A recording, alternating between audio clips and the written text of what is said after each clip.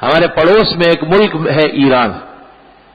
اس ایران میں محرم اس طرح نہیں منایا جاتا جیسے پاکستان میں منایا جاتا ہے، جبکہ وہ شیعہ اسٹیٹ کہلاتا ہے. شیعہ اسٹیٹ.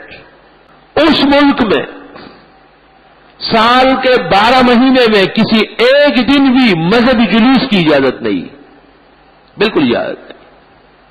اور خمینی کے دور میں جب یہ مذہب وہاں پروان چڑھ رہا تھا تو لوگوں نے درخواست کی، تو خمینی اور اس کی کابینہ نے بال اتفاق یہ فیصلہ کیا کہ یہ جلسے اور جلوس شر اور فساد کے باعث ہے، یہ الفاظ ہے، اس لیے ہم اپنے ملک میں اس کو برداشت نہیں کریں گے. وہاں کسی بھی مذہبی جگہ کے باہر چند افراد کھڑے ہو کر کے کچھ نعرے اور ترانے لگائے، اس کی اجازت نہیں. مذہب ان کا اپنی جگہ، لیکن ایک دنیا کا ڈسپلن اور نظم و نسق قائم کرنے میں وہ ایک مقام رکھتے ہیں. کتنی بڑی حکومت بنانے کے باوجود اس مذہبی سازش کے شکار نہیں ہوئے ہو. لیکن ہمارے ملک میں آپ دیکھ رہے ہیں ان دنوں میں خبر رساں ایجنسیاں، نشر و اشاعت، میڈیا مکمل طور پر کربلائی بن جاتا ہے، اور ان کی دیکھا دیکھی ہمارے بعض پاگل خیال لوگ، عقل کے بے پیندے، وہ بھی کالے قلم میں لگ جاتے ہیں کہ شاید یہ بھی کوئی کار ثواب ہے. گارو ریسٹ ہاؤس میں 10-15 سال پہلے ہم کراچی بدر کیے گئے تھے، ہم بھی تھے اور یہ بھی تھے. ویسے آواز نو محبوبہ درا سرا. تو ایک دن مل بیٹھ کے ان کی درخواست پر کہ جی ہم اور یہ مل بیٹھ کے تبادلہ خیال کرتے ہیں.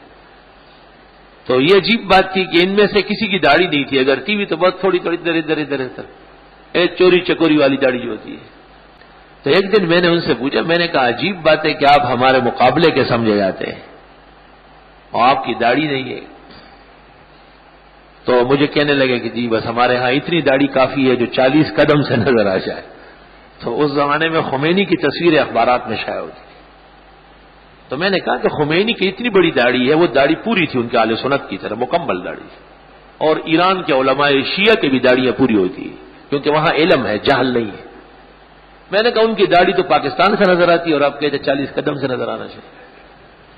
تو یہ مجھے کہتے ہیں کہ نہیں یہ بھی کافی ہے. میں نے کہا کافی اور ناکافی بعد میں ہے. آپ سے ایک بات پوچھتا ہوں اور آپ شہدائے کربلا کے سر کی قسم کھا کے کہے، کیونکہ یہ اللہ اور رسول کو کچھ سمجھتے نہیں ہیں، بڑے شیطان ہیں، اس قسم کو ایسے ہی سمجھتے ہیں. تو جب میں نے کہا شہدائے کربلا تو یہ بالکل ایسے ہو کے بیٹھ گئے. میں نے کہا یہ بتاؤ کہ امام جعفر صادق کی داڑھی آپ کی طرح تھی یا ہمارے جیسے؟ تو کہنے لگے آپ کی طرح تھی.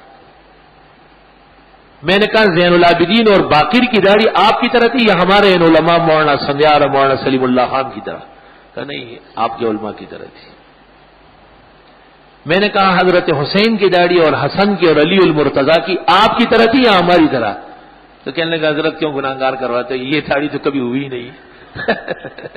کہ یہ تو کبھی ہوئی. میں نے کہا اب تو ہو رہی ہے نا، نئی فصل انگریزی جاپان سے بیج آیا ہے اور وہ نکل رہی ہے. نستغفرک اللہم ونسألک. تماشا اور سن لو، اگلے دن تو دیکھا تو وہ جو داڑھی تھوڑی سی تھی وہ بھی نہیں ہے، بالکل بلیڈ پھیرا دے جیسے اسکول کا چوکرا کالج جا رہا ہوں نا، صبح صبح شیو بناتا ہے ایسا بنا کے. تو مجھے مولانا مفتی احمد الرحمان صاحب کہتے کہ وہ تیرے یاروں نے تو آج شیو بنوا دیا. میں جو باہر نکلا دیکھا، میں نے سمجھا کہ وہ پولیس جو ہم پر مقرر تھی وہ بیٹھے. کہا نہیں یہی لوگ بیٹھے ہوئے ہیں، دیکھ تو لے. میں نے پوچھا کہ وہ داڑیاں حضور آپ کل فرما رہے تھے کہ یہ تو شریعت کے مطابق ہے نہیں، ابھی تو بہت دن ہے جانے میں، جب جائیں گے پھر رکھ لیں گے. ہم نے صفائی کر لی. خدا کا کرنا یہ تھا اسی دن رہائی ہو گئی، اسی دن رہا ہو کے گھر آ گئے. اسی طرح آ گئے جیسے وہاں چٹا چٹو لا ترافی آئے وجہ ولا امتا. اللہ رب العالمین کا احسان و کرم ہے، ہمیں صراط مستقیم نصیب فرمایا ہے. یہ اپنے ہاں عجیب عجیب باتیں کرتے ہیں، لوگوں کو یہ تاثر دیتے ہیں کہ ہم شہدائے کربلا کے غم میں غمگین نہیں ہیں. اور یہ بڑے ہمارے بارے میں ان کی ایک تقریر سنی ہے کہ یہ بڑے خوش ہیں، ہمیں کہتے ہیں کہ بہت اچھا ہوا. میں نے کہا ہمارے ہاں آج تک کوئی ماں کا بیٹا ایسا پیدا نہیں ہوا. ہماری تعلیم 100% دین کی تعلیم ہے.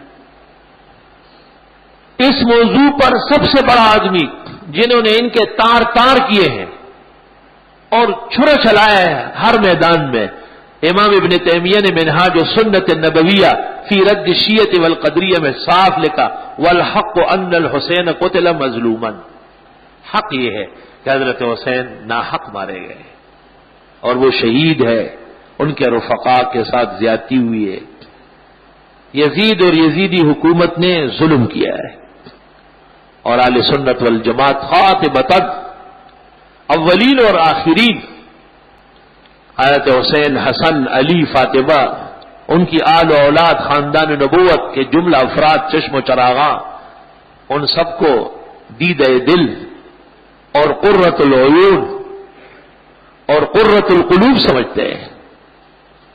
لیکن سوال یہ ہے کہ کسی کی موت یا کسی کی شہادت پر حکم کیا ہے شریعت کا؟ جو انداز انہوں نے اختیار کیا ہے، خود ان کے علماء کا اعتراف ہے کہ یہ ہمارا مذہبی انداز نہیں۔